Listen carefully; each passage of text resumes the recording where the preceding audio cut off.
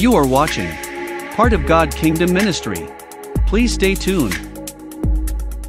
This program is proudly brought to you by Part of God Kingdom Ministry and Prophet Jonathan Alamo. Okay, so alam ko may mga bago ngayon. Ilan ba yung mga bago ngayon? Taas nga kamay. Isa lang? Isa lang pala. Isa, dalawa. Invite mo? Sino pa nag-invite sa'yo? Ito. Can I prophesy, Lord? Prophesy. Okay, pangalawa na kasi ito eh. Pero sabi ng Lord sa taong ito, hindi ka pa okay. Hindi ka pa okay. And I saw in the spirit realm, there is something parang blurry sa katawan mo. Yung isip mo okay pa, pero katawan mo medyo mahina, pero yung baba mo blurry. At ang sabi ng Lord sa akin ngayon, you must walk by faith. Nakuha mo? Lapit ka nga para mas maaninag ko yung realm. Yan, stop.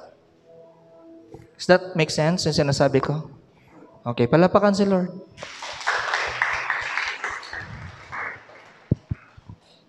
I saw money. Pero yung money biglang nawala. Parang pakpak na nawala. Before you have that money. Pero merong isang sitwasyon na kung saan pumasok ka sa isang kwarto. At sa kwarto na yon, I saw a bed. At sa bed na yon, nakita ko yung paligid ng kwarto na yon, madilim at maraming ugat ng puno. Yung ugat na yon, kailangan malinis yung bahay na, yung kwarto na yon. At yung nagsisimbolo ng kwarto na yon ay ikaw. Hindi maayos ang pamumuhay mo. Magulo. Does that make sense? Hindi totally 100% na ginusto mo pumunta dito. May ginamit lang ang Lord na sitwasyon. Tama? Mike, does that make sense? Yes po. Speak. Yes po. Paano mo nasabi? Kasi po kung hindi po dahil sa nararamdaman ko, hindi ako pupunta talaga dito.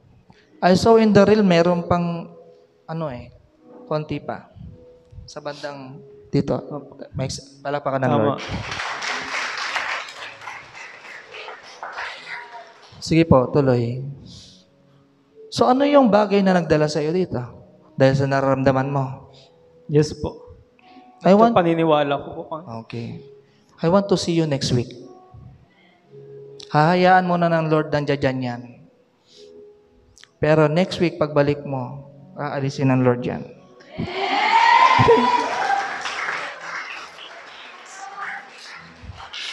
Kasi nakikita ko sa real, meron pang bubunutin dyan. May nakikita pa ako. Meron pa sa loob eh. Something may nararamdaman ka pa. Pero pinilit mong makapunta dito. Okay. Palapakan niya ang Lord, ang buti ng Panginoon. Hindi aksidente na dinala ka ng Panginoon dito. Kahit hindi 100% na talagang ginusto mo na pumunta dito, pero dumating na kasi yung panahon mo. Dumating na yung time mo. Ngayon, nasa iyo ang desisyon. Kasi sa totoo lang, wala na dapat pag-asa sa iyo eh. Pero kinaawaan ka ng Panginoon. I want to see you next week. Amen. Palapakan ng Lord. So, ipagpipray kita next week. Okay? Okay. Mas mainam ngayon na ipagkatiwala mo sa Lord ngayon. Lahat. So, ipagpipray ka ni Kuya Renbel mo. After kanya ipagpray, luhod. Then taas mo lahat. Amen? Ang pagtaas ng kamay ay tanda ng pagsuko na sinasabi, Lord, ikaw nang bahala sa buhay ko. Ikaw na lahat. Tinataas ko na sa iyo ito lahat. At yung pagluhod mo ay pagkilala at pagsamba mo sa Diyos na kinakausap mo. Amen? Sige. Okay. Kapatid, dali ka dito. Mike, Kamusta? Okay naman po, Prophet. Kamusta ka ngayon kumpara nung last week? Nakakalakad naman po ng maayos. Okay, palapakan ng Lord.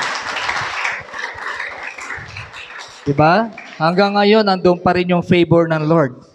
Amen. Talagang pinaabot pa rin ng Lord. Andun yung pagsama ng Lord sa iyo. Ngunit, kailangan mo nang magsimula na ayusin ang buhay mo. Amen? Amen. At huwag mo nang balikan kung sino ka noon, nakaraan, at ano yung pagkatao mo. Yung mga mali mong gawain noon, mga mali mong dinidesisyonan noon, iwanan mo na yon. Walang buhay doon. Papatayin ka nun. Kuha mo? So, ang araw na ito na yung bagong simula mo. Tumanggap ka na sa Lord, di ba? Ito na yung magiging bagong simula mo, bagong araw mo. Tiyak ko sa iyo, kapatid, magtatagumpay ka. Kamusta yung nararamdaman mo? Nung nagpa-check up ako sa doktor, may split po yung bone ko sa likod. May split. Kaya yun yung dahilan nung panahon na hindi ka na makalakad. Opo. May split. Pero ang nagpapalakad sa'yo ngayon si Lord.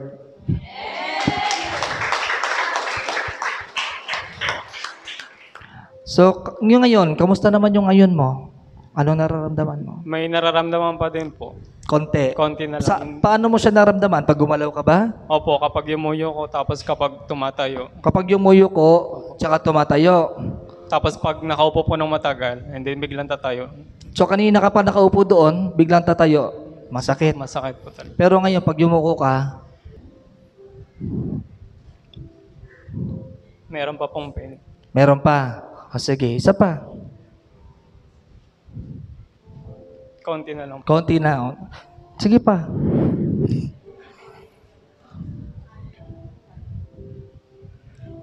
Wala na po. Oh, yan.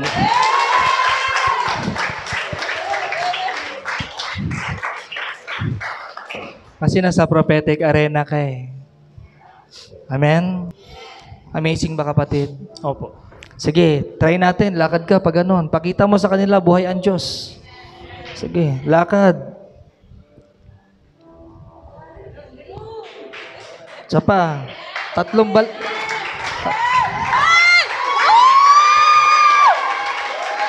Sige pa. Sige, sige. Sige. Sige.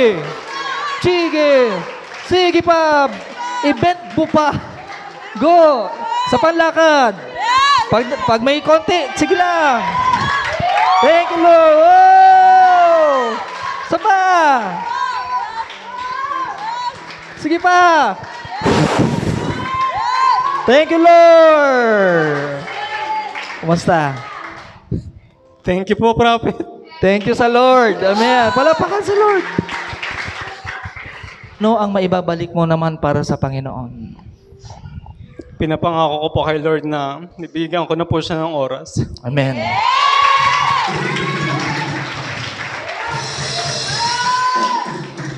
Hello po, good afternoon po sa inyong lahat.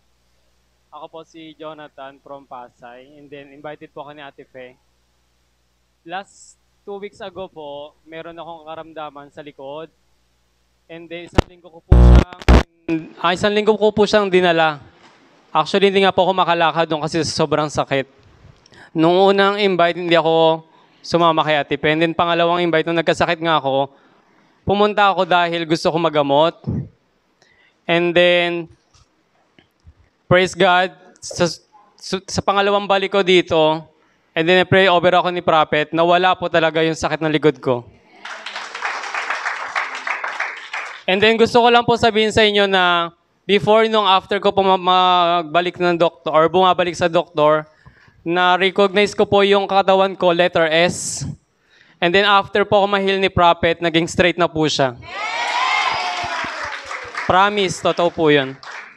And then gusto ko din po i-share kanina po, bago ako pumasok dito, pagkapanik namin sa escalator, parang may yumakap sa akin na banal na Espiritu Santo. Sana ganun din yung na-receive nyo kanina. Thank you po at maraming salamat po, Lord. This program is proudly brought to you by part of God Kingdom Ministry, and Prophet Jonathan Alamo.